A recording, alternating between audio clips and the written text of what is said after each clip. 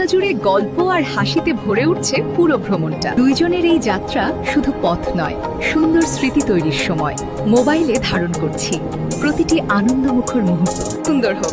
আপনাদের দোয়া আর শুভকামনাই আমাদের পথকে আরো নিরাপদ ও আনন্দময় করে তোলে। আমি মুস্কান ও মুনতাহা গ্রামের বাড়ি যাচ্ছি, ও আমার ফুফাতো বোন মুনতাহা। তোমরা তো আমার নাতনি, তোমরা বলো তোমাদের জন্য কি করতে পারি।